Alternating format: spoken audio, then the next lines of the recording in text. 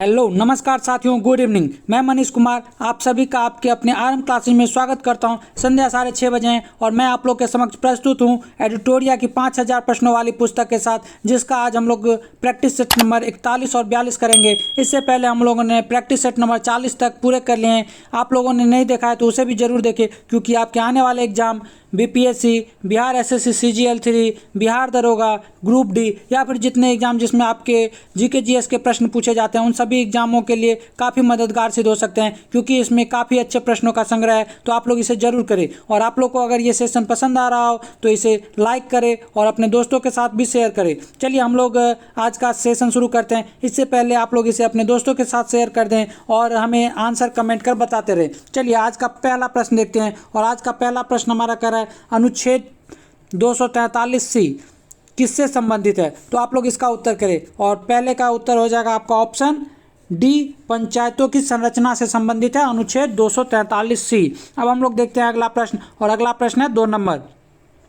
संयुक्त राष्ट्र सुरक्षा परिषद के अस्थायी सदस्यों के संबंध में निम्नलिखित में से कौन सा या से कथन सही है या है। तो आप लोग इसका उत्तर कीजिए। और दूसरे का सही उत्तर में आप लोग देखिए, पहला स्टेटमेंट क्या करा है। अब इसकी कुल संख्या 10 है, किंतु मूलतः यह संख्या 6 थी।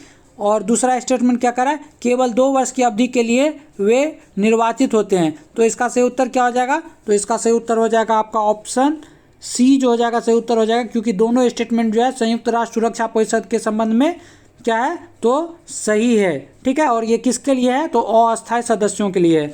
अब हम लोग देखते हैं अगला प्रश्न। और अगला प्रश्न हमारा क्या कर रहा है 3 नंबर। और 3 नंबर प्रश्न क्या करा है, निम्नलिखित में से कौन भारत के उपराष्ट्रपति के निर्वाचन में भाग लेता है। तो कौन भाग लेता है उपराष्ट्रपति के निर्वाचन में। तो देखिए, एक तो राज्यसभा के सदस्य लेते हैं और दूसरा लोकसभा के सदस्य लेते हैं।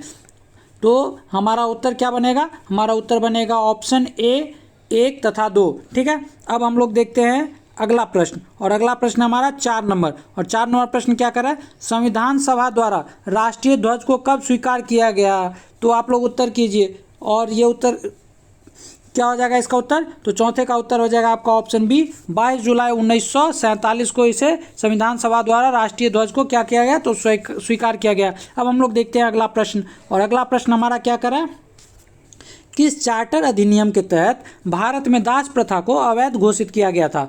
तो किस चार्टर के द्वारा अवैध घोषित किया गया था दास प्रथा को। तो 5 का सही उत्तर हो जाएगा आपका ऑप्शन सी, 1833 का चार्टर एक्ट या चार्टर अधिनियम के द्वारा क्या किया गया था तो दास प्रथा को अवैध घोषित किया गया था।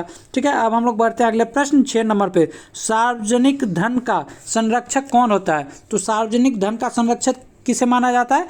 तो इसका सही उत्तर क्या हो जाएगा आपका, कौन होते हैं। तो ऑप्शन डी इसका सही उत्तर हो जाएगा CAG, यानी कैग जो होते हैं वो सार्वजनिक धन का संरक्षक होते हैं। अब हम लोग देखते हैं अगला प्रश्न 7 नंबर।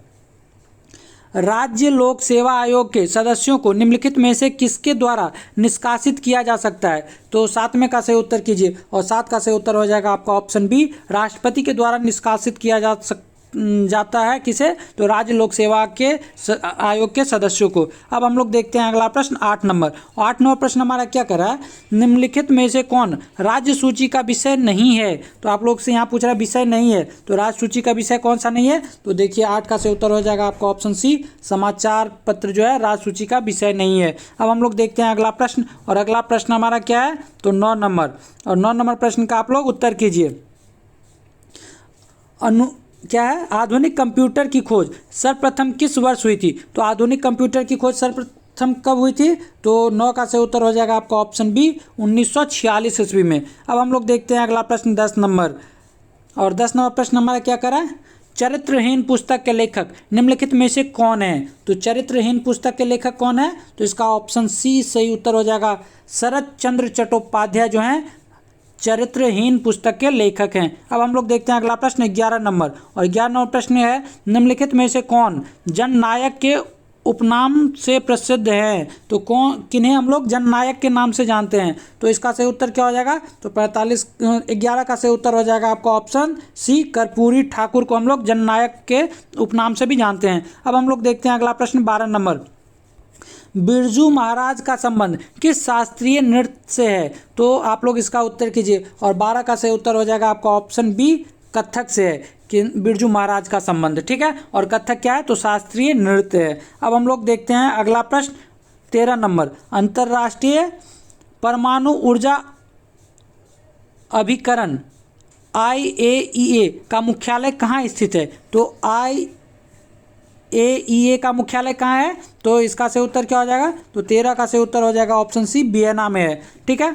अब हम लोग देखते हैं अगला प्रश्न 14 नंबर, हिंदुस्तान एरोनॉटिक्स लिमिटेड की स्थापना किस वर्ष की गई थी? तो हिंदुस्तान एरोनॉटिक्स की स्थापना किस वर्ष की गई थी? तो 14 का सही उत्तर हो जाएगा आपका ऑप्शन ए, 1940 ईस्वी। अब हम लोग देखते हैं अगला प्रश्न 15 नंबर, और 15 नंबर प्रश्न हमारा क्या करा है? निम्नलिखित में से किस शासक को शिलादित्य कहा जाता है? तो किस शासक को शिलादित्य भी कहा जाता है? तो 15 का सही उत्तर हो जाएगा ऑप्शन डी, हर्षवर्धन को। अब हम लोग देखते हैं अगला प्रश्न 16 नंबर, और 16 नंबर प्रश्न क्या करा?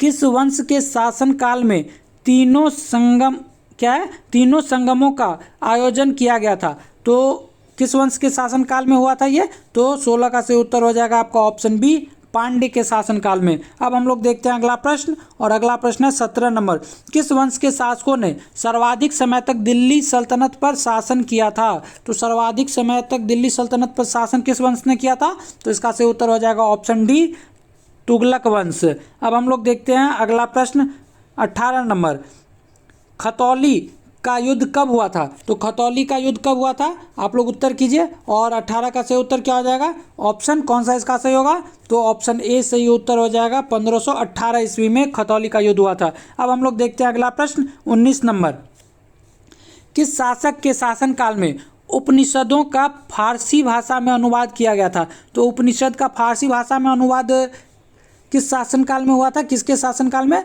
तो इसका सही उत्तर क्या होगा? तो 19 का सही उत्तर हो जाएगा ऑप्शन डी, शाहजहां के शासनकाल में उपनिषद का फारसी में अनुवाद किया गया था, ठीक है। अब हम लोग देखते हैं अगला प्रश्न 20 नंबर, और 20 नंबर प्रश्न का आप लोग उत्तर कीजिए। और क्या कह रहा है?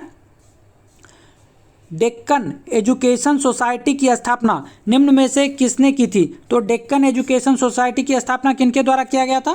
तो 20 का सही उत्तर हो जाएगा आपका ऑप्शन बी, जो हो जाएगा सही उत्तर हो जाएगा, बाल गंगाधर तिलक के द्वारा डेक्कन एजुकेशन सोसाइटी की स्थापना किया गया था। अब हम लोग देखते हैं अगला प्रश्न, और अगला प्रश्न हमारा 21 नंबर, निम्नलिखित नेताओं में कौन स्वदेशी के समर्थक थे? तो स्वदेशी के समर्थक कौन थे? तो इसका सही उत्तर क्या हो जाएगा 21 का, ऑप्शन बी, अरविंद घोष। अब हम लोग देखते हैं अगला प्रश्न 22 नंबर, और 22 नंबर प्रश्न क्या करा है? अनुशीलन समिति का गठन किसके द्वारा किया गया था? तो अनुशीलन समिति का गठन किसके द्वारा किया गया था? तो 22 का सही उत्तर हो जाएगा आपका ऑप्शन ए, पी मित्रा के द्वारा अनुशीलन समिति का गठन किया गया था। अब हम लोग देखते हैं अगला प्रश्न 23 नंबर, फ्रेंच क्रांति के दौरान दूसरी संपत्तियों का हिस्सा कौन था? तो आप लोग इसका उत्तर करें 23 का, और 23 का उत्तर क्या हो जाएगा आपका? तो 23 का उत्तर हो जाएगा आपका ऑप्शन डी, उच्च वर्ग। अब हम लोग देखते हैं अगला प्रश्न 24 नंबर, और 24 नंबर प्रश्न हमारा क्या करा? निम्नलिखित घटनाओं को काल क्रमानुसार रखिए। तो आप लोग 24 का उत्तर कीजिए, और 24 का उत्तर क्या हो जाएगा? तो देखिए, प्रथम सिख युद्ध कब हुआ था? तो प्रथम सिख युद्ध आप लोग याद रखिएगा 1845 से 46, ठीक है। और प्रथम आंगल युद्ध कब हुआ था? तो प्रथम आंगल युद्ध जो हुआ था वो हुआ था आपका 1839 से 42, ठीक है। और प्रथम वर्मा युद्ध कब होता है? तो प्रथम वर्मा युद्ध होता है 1823 से 1826 तक, ठीक है। और वहीं अगर बात करें हम लोग तृतीय मराठा युद्ध, तो तृतीय मराठा युद्ध होता है 1817 से 1819 तक, ठीक है। तो देखिए, अब इसमें आप लोग उत्तर कीजिए, और क्या हो जाएगा? तो सबसे पहले कौन सा हुआ? तो देखिए, सबसे पहले हमारा ये तृतीय मराठा युद्ध 1817, तो देखिए 4 नंबर सबसे पहले हमारा ऑप्शन ए में ही है, तो हमारा ये सही उत्तर हो जाएगा क्या? तो सबसे पहले आएगा आपका तृतीय मराठा युद्ध, उसके बाद आएगा आपका प्रथम वर्मा युद्ध, और उसके बाद आएगा आपका प्रथम प्रथम अफगान युद्ध, और आखिरी में कौन सा आएगा? तो प्रथम सिख युद्ध। और ये प्रथम सिख युद्ध नहीं है, ये क्या है? प्रथम आंगल सिख युद्ध, प्रथम आंग्ल अफगान युद्ध, और प्रथम आंगल बर्मा युद्ध, और तृतीय आंगल मराठा युद्ध। तो आप लोग इसे जरूर याद रखिएगा। चलिए अब हम लोग देखते हैं अगला प्रश्न 25 नंबर, और 25 नंबर प्रश्न क्या करा? एक ही कब्र से 3 मानव कंकाल किस स्थान से प्राप्त हुए हैं? तो 3 मानव कंकाल एक ही कब्र से कहाँ से मिले हैं? एक ही कब्र से। तो 25 का सही उत्तर हो जाएगा आपका ऑप्शन ए, दमदमा से। ठीक है, अब हम लोग देखते हैं अगला प्रश्न 26 नंबर। निम्नलिखित में से कौन उत्पादन के 4 प्रमुख कारक हैं? तो उत्पादन के प्रमुख 4 कारक कौन कौन से हैं? तो 26 का सही उत्तर हो जाएगा आपका ऑप्शन ए, श्रमिक, श्रम, पूंजी और संगठन। अब हम लोग देखते हैं अगला प्रश्न, और अगला प्रश्न है हमारा 27 नंबर। घटिया वस्तु के लिए मांग गिरती है, तो आप लोग बताइए जब। तो घटिया वस्तु की मांग कब गिर जाती है? तो जब लोगों की आय बढ़ जाती है। तो ऑप्शन बी इसका सही उत्तर हो जाएगा, आय बढ़ती है तो क्या होती है? घटिया वस्तुओं की मांग कम हो जाती है।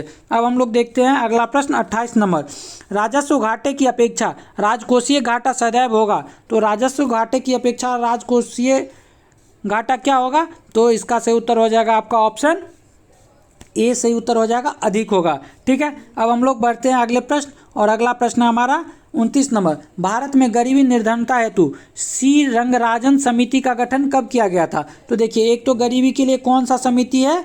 तो सी रंगराजन समिति है। ठीक है, और कब किया गया था इसका गठन? तो 29 का सही उत्तर हो जाएगा आपका ऑप्शन बी, 2012 में। अब हम लोग देखते हैं अगला प्रश्न 30 नंबर, और 30 नंबर प्रश्न क्या करा है? निम्नलिखित में से किसने ग्रीन हाउस गैसों की संकल्पना की थी? तो ग्रीन हाउस गैस की संकल्पना किनके द्वारा दी गई थी? तो 30 का सही उत्तर हो जाएगा आपका ऑप्शन ए, जोसेफ फोरियर।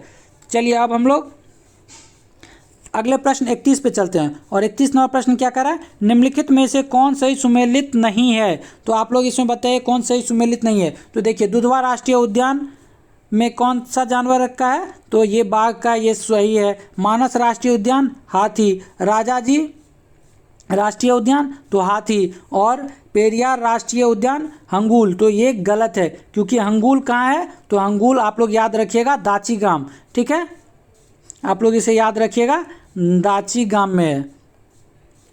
अब हम लोग देखते हैं अगला प्रश्न, और अगला प्रश्न है 32 नंबर। युमथांग घाटी किस राज्य में स्थित है? तो युमथांग घाटी किस राज्य में स्थित है? तो 32 का क्या हो जाएगा उत्तर? तो 32 का उत्तर हो जाएगा आपका ऑप्शन, कौन सा सही होगा? तो ऑप्शन डी सही उत्तर हो जाएगा। युमथांग घाटी जो है वो सिक्किम में है। अब हम लोग देखते हैं अगला प्रश्न, और अगला प्रश्न है 33 नंबर। निम्नलिखित में से कौन सा जल डमरू स्ट्रेट ऑस्ट्रेलिया और तस्मानिया को अलग करता है? तो ऑस्ट्रेलिया और तस्मानिया को कौन सा अलग करता है? तो इसका सही उत्तर हो जाएगा आपका ऑप्शन बी, बॉस जल संधि। ठीक है, अब हम लोग देखते हैं अगला प्रश्न, और अगला प्रश्न है 34 नंबर। गेहूं की खेती के लिए क्या आवश्यक है? तो गेहूं की खेती के लिए क्या आवश्यक है? तो इसका 34 का सही उत्तर हो जाएगा आपका ऑप्शन बी, संयत तापमान तथा संयत वर्षा। अब हम लोग देखते हैं अगला प्रश्न, और अगला प्रश्न है हमारा 35 नंबर। भारत एवं पाकिस्तान के बीच सिंधु जल समझौता कब हुआ था? तो सिंधु जल समझौता कब हुआ था भारत और पाकिस्तान के बीच? तो इसका सही उत्तर हो जाएगा आपका ऑप्शन सी, 1960 में। अब हम लोग देखते हैं अगला प्रश्न 36 नंबर। दस्त ए लूट रेगिस्तान का संबंध किस देश से है? तो दस्त ए लूट रेगिस्तान का संबंध किस देश से है? तो 36 का उत्तर हो जाएगा आपका ऑप्शन बी, ईरान से। अब हम लोग देखते हैं अगला प्रश्न 37 नंबर, और 37 नंबर प्रश्न क्या करा? निम्नलिखित में से कौन सी ठंडी जलधारा का उदाहरण नहीं है? तो ठंडी जलधारा का उदाहरण नहीं है आप लोग से पूछा जा रहा है। तो इसका सही उत्तर क्या हो जाएगा? तो 37 का सही उत्तर हो जाएगा आपका ऑप्शन डी, क्यूरोसियो जो है वो गर्म जलधारा है। ठीक है, बाकी लेब्राडोर, कनारी, फॉकलैंड ये सारे ठंडी जलधारा है। अब हम लोग देखते हैं अगला प्रश्न 38 नंबर, और 38 नंबर प्रश्न क्या करें? काली मिट्टी का निर्माण किस प्रकार के चट्टानों के टूटने से होता है? तो काली मिट्टी का निर्माण किस प्रकार के चट्टान के टूटने से होता है? तो 38 का सही उत्तर हो जाएगा आपका ऑप्शन सी, बेसाल्ट। अब हम लोग देखते हैं अगला प्रश्न 39 नंबर, और 39 नंबर प्रश्न हमारा क्या कर रहा है? जीवित प्राणियों के शरीर में होने वाले निम्नलिखित में से कौन सी एक प्रक्रिया पाचन प्रक्रिया है? तो कौन सी पाचन प्रक्रिया है? तो इसका सही उत्तर हो जाएगा आपका ऑप्शन ए, प्रोटीन का एमिनो अम्ल में विघटन जो है वो पाचन प्रक्रिया है। अब हम लोग देखते हैं अगला प्रश्न 40 नंबर। पूरे शरीर में ऑक्सीजन O2 ले जाने में महत्वपूर्ण भूमिका निभाता है। तो आप लोग बताइए कि किसके द्वारा शरीर में ऑक्सीजन का परिवहन किया जाता है? तो 40 का सही उत्तर हो जाएगा आपका ऑप्शन सी जो हो जाएगा, सही उत्तर हो जाएगा लाल रक्त कणिका, जिसको हम लोग RBC कहते हैं। चलिए अब हम लोग देखते हैं अगले प्रश्न, और अगला प्रश्न है 41 नंबर। क्या कह रहा है? दुधारू पशुओं की निम्नलिखित बीमारियों में से कौन सी संक्रमणीय है? तो आप लोग बताइए, इन्फेक्शियस कौन सा है? तो इसका सही उत्तर क्या हो जाएगा? तो कौन सा संक्रमणीय है?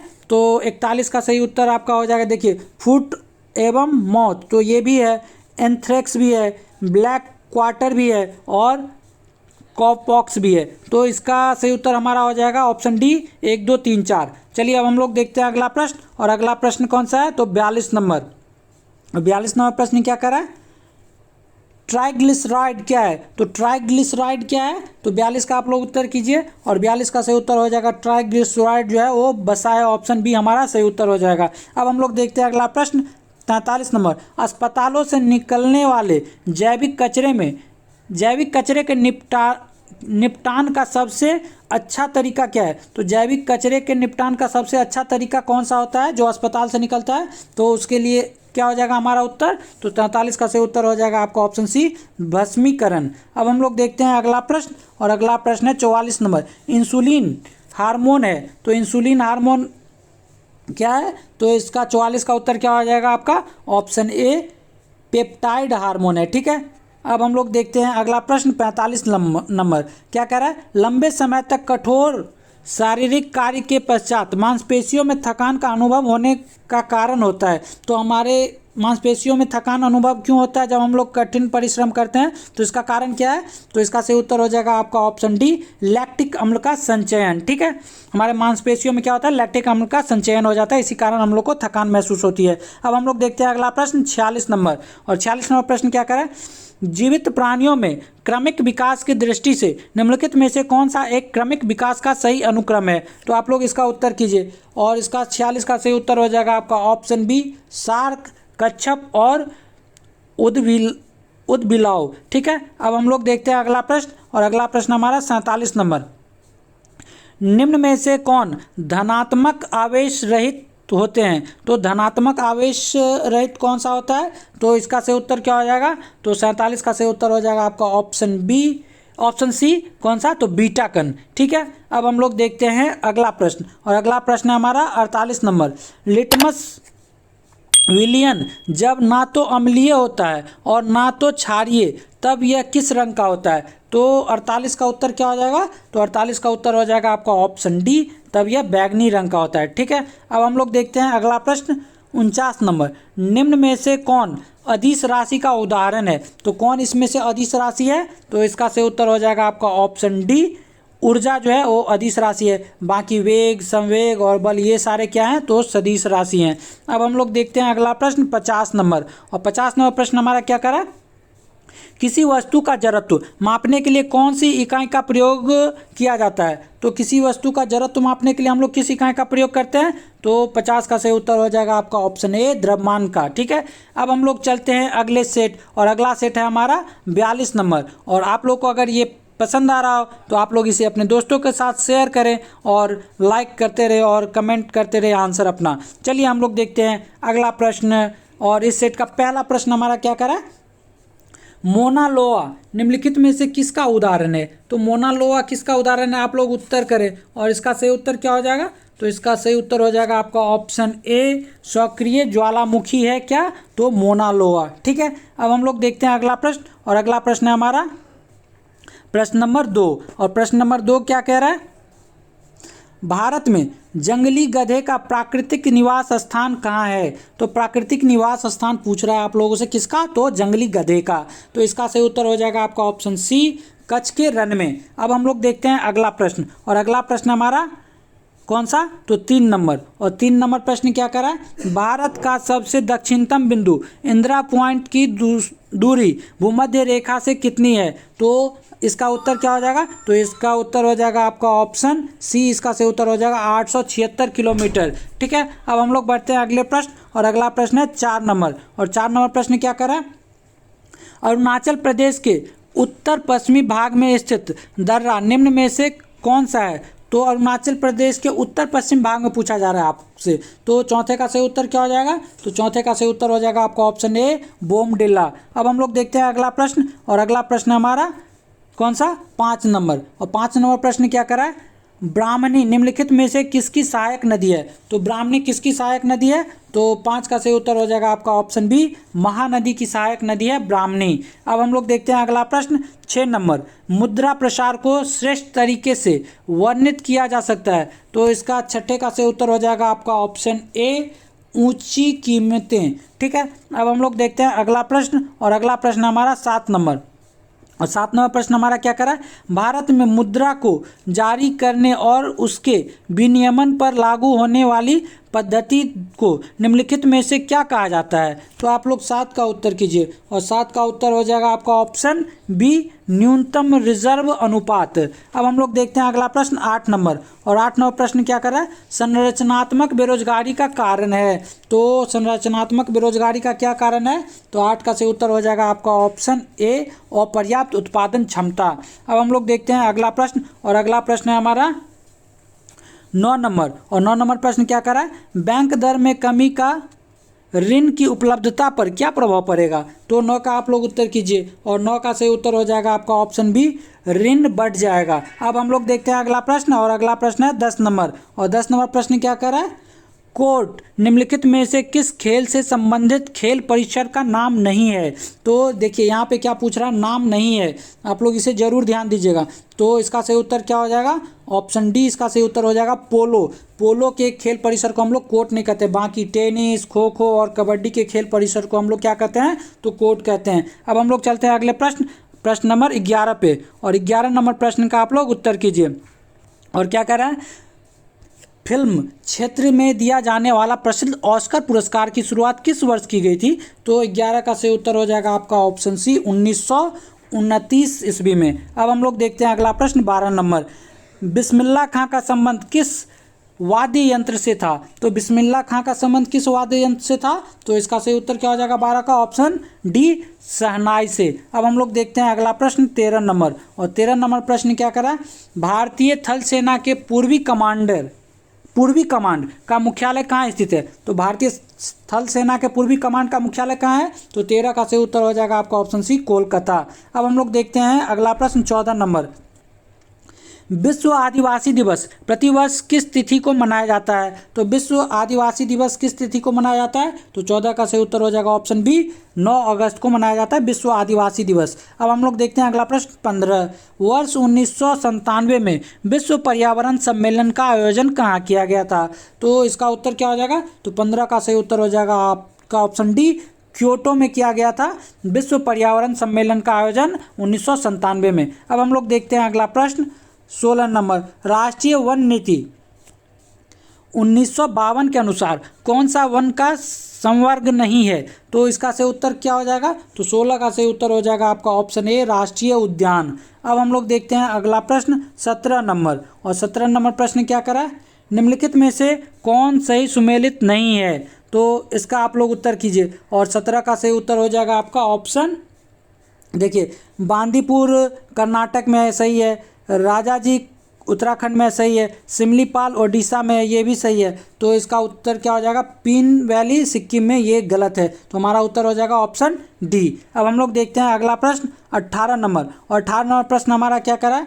निम्नलिखित में से कौन सा जैव निम्न करणीय है? तो कौन सा जैव निम्न करणीय है? तो इसका सही उत्तर हो जाएगा आपका ऑप्शन ए, रबर जो है जैव निम्न करणीय है। अब हम लोग देखते हैं अगला प्रश्न, और अगला प्रश्न है 19 नंबर। 19 नंबर प्रश्न कह रहा है, किस वेद के रचनाओं को पढ़ने वाले ऋषि को होत्री कहा जाता है? तो आप लोग इसका उत्तर कीजिए, क्योंकि काफ़ी आसान प्रश्न है ये। तो 19 का सही उत्तर हो जाएगा आपका ऑप्शन डी, ऋग्वेद के पढ़ने वाले को हम लोग क्या कहते हैं? तो होत्री कहते हैं। अब हम लोग देखते हैं अगला प्रश्न 20 नंबर, निम्नलिखित में से कौन वेदांग नहीं है? तो कौन वेदांग नहीं है? तो 20 का सही उत्तर हो जाएगा आपका ऑप्शन सी, ज्ञान जो है वो वेदांग नहीं है। बाकी शिक्षा, कल्प, निरुक्त आप लोग को पता होगा, टोटल 6 वेदांग है। अब हम लोग देखते हैं अगला प्रश्न, और अगला प्रश्न है हमारा 21 नंबर, निम्नलिखित दर्शन तथा उनके प्रवर्तक में कौन सुमेलित नहीं है? तो 21 का आप लोग उत्तर कीजिए।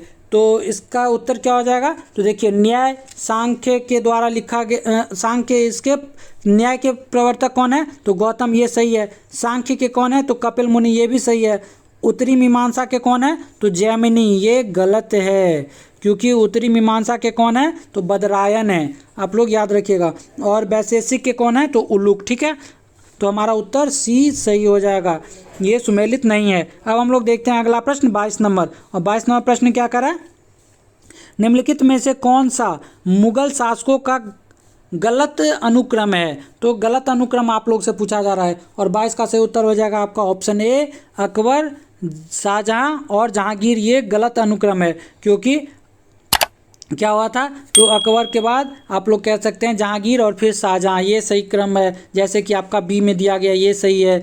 जहांगीर, शाहजहां, औरंगजेब, ये भी सही है। और बाबर, हुमायूं और अकबर, ये भी सही है। ठीक है, अब हम लोग बढ़ते हैं अगले प्रश्न 23 पे। निम्नलिखित में से किसे बंगाल में मुस्लिम पुनर्जागरण के जनक के रूप में जाना जाता है? तो बंगाल में आप लोगों से पूछ रहा है मुस्लिम पुनर्जागरण का जनक, तो इसे का आंसर क्या हो जाएगा? तो 23 का आंसर हो जाएगा आपका ऑप्शन बी, नवाब अब्दुल लतीफ़ खां को। अब हम लोग देखते हैं अगला प्रश्न 24 नंबर। अकबर ने अपनी राजधानी को आगरा से फतेहपुर सीकरी किस वर्ष हस्तांतरित किया था? तो 24 का आप लोग उत्तर कीजिए। और 24 का सही उत्तर हो जाएगा आपका ऑप्शन सी, 1571 ईस्वी। अब हम लोग देखते हैं अगला प्रश्न 25 नंबर। 25 नंबर प्रश्न क्या करा? झलकी की संधि निम्न में से किसके मध्य हुई थी? तो झलकी की संधि किसके मध्य हुई थी? तो 25 का उत्तर हो जाएगा आपका ऑप्शन ए, निजाम एवं बालाजी बाजीराव के बीच हुई थी झलकी की संधि। अब हम लोग देखते हैं अगला प्रश्न 26 नंबर। चार्ल्स मेटकॉफ तथा रंजीत सिंह के मध्य अमृतसर की संधि किस वर्ष हुई थी? तो 26 का आप लोग उत्तर करें। और 26 का सही उत्तर हो जाएगा ऑप्शन बी, 1809 ईस्वी में। अब हम लोग देखते हैं अगला प्रश्न 27 नंबर। और 27 नंबर प्रश्न है हमारा, 1857 की क्रांति को किसने पूर्णतया सिपाही विद्रोह कहा था? तो किसके द्वारा सिपाही विद्रोह कहा गया था? तो 27 का सही उत्तर हो जाएगा आपका ऑप्शन सी, लॉरेंस एवं सीले के द्वारा इसे क्या कहा गया था? 1857 की क्रांति को पूर्णतया सिपाही विद्रोह। अब हम लोग देखते हैं अगला प्रश्न 28 नंबर। और 28 नंबर प्रश्न कह रहा है, फराइजी आंदोलन का नेतृत्व किसने किया था? तो फराइजी आंदोलन का नेतृत्व किनके द्वारा किया गया था? तो 28 का सही उत्तर हो जाएगा आपका ऑप्शन बी, सियातुल्लाह मियाँ के द्वारा। अब हम लोग देखते हैं अगला प्रश्न 29 नंबर। और 29 नंबर प्रश्न हमारा क्या कह रहा है? राष्ट्रपति पद के उम्मीदवार के लिए निर्वाचन मंडल में कितने सदस्य क्रमशः प्रस्तावक एवं अनुमोदक होते हैं? तो 29 का सही उत्तर हो जाएगा आपका ऑप्शन डी, 50 क्या होते हैं? तो आप लोग कह सकते हैं कि प्रस्तावक होते हैं और 50 जो होते हैं वो अनुमोदक होते हैं। अब हम लोग देखते हैं अगला प्रश्न 30 नंबर। और 30 नंबर प्रश्न हमारा क्या कर रहा है? परिसीमन आयोग 2002 के अनुसार अनुसूचित जातियों के लिए लोकसभा में आरक्षित सीटों की संख्या कितनी है? तो इसका सही उत्तर हो जाएगा आपका ऑप्शन सी, 84। अब हम लोग देखते हैं अगला प्रश्न 31 नंबर। प्राक्कलन समिति के सदस्यों की कार्य अवधि होती है, तो आप लोग को पता होगा कि प्राक्कलन समिति की कार्य अवधि 1 साल की होती है, लेकिन कब से कब तक होती है आप लोग को उत्तर करना है। और 31 का सही उत्तर क्या हो जाएगा? ऑप्शन बी इसका सही उत्तर हो जाएगा, मई से अप्रैल। ठीक है, अब हम लोग देखते हैं अगला प्रश्न। और अगला प्रश्न है हमारा 32 नंबर। जवाहरलाल नेहरू ने संविधान सभा के समक्ष उद्देश्य प्रस्ताव को कब प्रस्तुत किया था? तो कब प्रस्तुत किया गया था जवाहरलाल नेहरू के द्वारा उद्देश्य प्रस्ताव को? तो जिसे हम लोग उद्देशिका भी कहते हैं। तो इसका सही उत्तर हो जाएगा आपका ऑप्शन सी, 13 दिसंबर 1946 को। अब हम लोग देखते हैं अगला प्रश्न 33 नंबर। और 33 नंबर प्रश्न हमारा क्या करा? विधि निर्माण की प्रक्रिया भारतीय संविधान में किस देश की संविधान से लिया गया है? तो इसका 33 का सही उत्तर हो जाएगा आपका ऑप्शन डी, ब्रिटेन से। अब हम लोग देखते हैं अगला प्रश्न 34 नंबर। और 34 नंबर प्रश्न हमारा क्या करा? किस वाद में सर्वोच्च न्यायालय ने प्रस्तावना को संविधान का अंग नहीं माना था? तो 34 का सही उत्तर क्या हो जाएगा? तो 34 का सही उत्तर हो जाएगा आपका ऑप्शन बी, बेरुवारी वाद में जो है सर्वोच्च न्यायालय जो है वो प्रस्तावना को क्या करती है? तो संविधान का अंग नहीं मानती है। चलिए अब हम लोग देखते हैं अगला प्रश्न। और अगला प्रश्न है हमारा 35 नंबर। और 35 नंबर प्रश्न क्या करा? अल्पसंख्यक वर्गों के हितों का संरक्षण संविधान के किस अनुच्छेद में वर्णित है? तो इसका सही उत्तर हो जाएगा आपका ऑप्शन बी, अनुच्छेद 29 में वर्णित है। अब हम लोग देखते हैं अगला प्रश्न 36 नंबर। और 36 नंबर प्रश्न हमारा क्या करा? निम्नलिखित में से कौन सा मूल अधिकार विदेशी नागरिकों को प्राप्त नहीं है? तो 36 का सही उत्तर हो जाएगा आपका ऑप्शन डी, अभिव्यक्ति की स्वतंत्रता का अधिकार जो है वो विदेशियों को प्राप्त नहीं है। ठीक है। अब हम लोग देखते हैं अगला प्रश्न, और अगला प्रश्न है हमारा 37 नंबर। और 37 नंबर प्रश्न क्या कर रहा है, केंद्र तथा राज्यों के मध्य वित्त का विभाजन निम्न में से किसकी संस्तुतियों के आधार पर किया जाता है। तो वित्त का विभाजन जो है केंद्र और राज्यों के बीच किसकी संस्तुति पे होता है, तो इसका सही उत्तर हो जाएगा आपका ऑप्शन बी, वित्त आयोग की। ठीक है, ऑप्शन बी इसका सही उत्तर है। अब हम लोग देखते हैं अगला प्रश्न 38 नंबर। और 38 नंबर प्रश्न है, निम्नलिखित में से कौन सा पदार्थ प्रकाश संश्लेषण के दौरान अपचयित होता है। तो प्रकाश संश्लेषण के दौरान कौन सा पदार्थ अपचयित होता है, तो इसका सही उत्तर हो जाएगा आपका ऑप्शन डी, कार्बन डाइऑक्साइड। अब हम लोग देखते हैं अगला प्रश्न 39 नंबर। और 39 नंबर प्रश्न क्या कर रहा है, सार्वजनिक मूत्रालय में क्या है, सार्वजनिक मूत्रालय से गंध किस गैस के प्रभाव के कारण आता है। तो 39 का सही उत्तर हो जाएगा आपका ऑप्शन सी, अमोनिया के कारण ये गंध आते हैं। ठीक है, अब हम लोग देखते हैं अगला प्रश्न 40 नंबर। और 40 नंबर प्रश्न हमारा क्या कर रहा है, निम्न में से कौन प्राकृतिक गैस का मुख्य घटक है। तो प्राकृतिक गैस का मुख्य घटक कौन होता है, तो 40 का सही उत्तर हो जाएगा आपका ऑप्शन सी, मीथेन। अब हम लोग देखते हैं अगला प्रश्न 41 नंबर।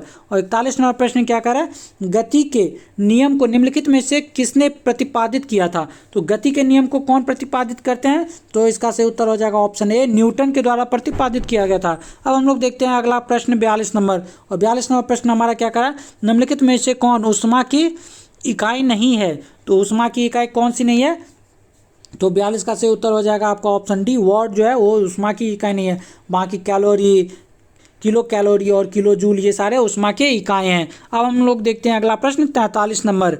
और 43 नंबर प्रश्न हमारा क्या कर रहा है, एक सुरंग में 100 वाट क्षमता वाले 5 लगातार बल्ब 20 घंटे तक जलाई जाते हैं, कुल विद्युत लागत कितनी होगी। तो 43 का सही उत्तर क्या हो जाएगा, तो देखिए आप लोग इसको कैसे कीजिए, तो 100 ठीक है इंटू 20 और इंटू कितने हैं, 5 बल्ब हैं, इंटू 5 अपॉन कितने हो जाएंगे, तो 1000। तो देखिए इसको काटिए आप लोग, तो ये कट गए, तो क्या हो जाएगा 5 दूना 10, तो इसका हो जाएगा 10 यूनिट। ऑप्शन बी इसका सही उत्तर हो जाएगा। ठीक है, अब हम लोग देखते हैं अगला प्रश्न। और अगला प्रश्न है हमारा 44 नंबर। और 44 नंबर प्रश्न हमारा क्या कह रहा है, लोहे पर जंग लगने से उसमें भार पर क्या प्रभाव पड़ता है। तो लोहे में जब जंग लग जाती है तो उसके भार पे क्या प्रभाव पड़ता है, तो इसका उत्तर हो जाएगा आपका ऑप्शन बी, बढ़ जाता है। अब हम लोग देखते हैं अगला प्रश्न 45 नंबर। और 45 नंबर प्रश्न कह रहा है, ब्रेसिका कंपेस्ट्रिस किस पौधे का वनस्पतिक नाम है। तो इसका उत्तर क्या हो जाएगा, ब्रेस्टिका कंप्रेस्ट्रिस जो है वो किसका नाम है, तो ऑप्शन डी, सरसों का नाम है। ठीक है, अब हम लोग देखते हैं अगला प्रश्न। और अगला प्रश्न है हमारा 46 नंबर। और 46 नंबर प्रश्न कह रहा है, निम्न में से किस क्या है, निम्न में से सूत्र विभाजन की सबसे लंबी स्टेज कौन सी है। तो सूत्र विभाजन की सबसे लंबी स्टेज कौन सी है, तो इसका उत्तर हो जाएगा आपका ऑप्शन ए, प्रोफेस्ट। कौन सा हो जाएगा, प्रोफेस्ट। प्रोफेज जो है इसका सही उत्तर हो जाएगा प्रोफेज। ठीक है, अब हम लोग देखते हैं अगला प्रश्न। और अगला प्रश्न है हमारा 47 नंबर। ग्लाइकोजन का संग्रह शरीर के किस अंग में होता है। तो ग्लाइकोजन का संग्रह किस अंग में होता है, तो 47 का सही उत्तर हो जाएगा ऑप्शन सी, यकृत तथा पेशियों में होता है ग्लाइकोजन का संग्रह। अब हम लोग देखते हैं अगला प्रश्न 48 नंबर। 48 नंबर प्रश्न हमारा है, शरीर के लिए एंजाइम बहुत आवश्यक है क्योंकि। तो शरीर के लिए एंजाइम क्यों आवश्यक है, तो इसका सही उत्तर हो जाएगा आपका ऑप्शन सी, जीव रासायनिक क्रियाओं के उत्प्रेरक हैं। ठीक है, क्या है, तो एंजाइम जो है जीव रासायनिक क्रियाओं के उत्प्रेरक हैं, तो ऑप्शन सी इसका सही उत्तर हो जाएगा। अब हम लोग देखते हैं अगला प्रश्न 49 नंबर। और 49 नंबर प्रश्न क्या कर रहा है, कार्बोहाइड्रेट पाचन के अंतिम उत्पाद क्या होता है। तो कार्बोहाइड्रेट पाचन का अंतिम उत्पाद क्या होता है, तो 49 का सही उत्तर हो जाएगा ऑप्शन सी, मोनोसैकेराइड्स। अब हम लोग देखते हैं अगला प्रश्न 50 नंबर, जो आज के सेशन का हमारा अंतिम प्रश्न है। तो आप लोग उत्तर कीजिए, यूरिया का निर्माण शरीर के किस अंग में होता है। तो यूरिया का निर्माण शरीर के किस अंग में होता है, तो 50 का सही उत्तर हो जाएगा आपका ऑप्शन बी, इसका सही उत्तर हो जाएगा, यूरिया का निर्माण जो है शरीर के यकृत में होता है। ठीक है, तो आज के लिए हम लोग इतना ही रखते हैं। अगर आप लोग को ये सेशन पसंद आ रहा हो तो आप लोग इसे लाइक करें, अपने दोस्तों के साथ शेयर करें, और आप लोग इसका पीडीएफ चाहिए तो हमारे टेलीग्राम चैनल पे ज्वाइन होकर आप लोग इसका पीडीएफ प्राप्त कर सकते हैं। और आप लोग अभी तक हमारे चैनल को सब्सक्राइब नहीं किया तो सब्सक्राइब कर लीजिए और बेल आइकॉन भी प्रेस कर लीजिए, ताकि हमारी नई वीडियो जब भी आए तो आपको नोटिफिकेशन मिले और आप उससे भी अपने एग्जाम की तैयारी में एक बेहतर सहयोग ले सके। तो चलिए दोस्तों, आप लोग इसी तरह अपने तैयारी को ज़ोरों शोरों से जारी रखिए, क्योंकि सिर्फ 2 दिन बचे हैं आपके बीपीएससी एग्ज़ाम में और आप लोग उसमें अच्छा प्रदर्शन करें, ये हमारी कामना है। चलिए आज के लिए इतना ही, धन्यवाद, जय हिंद।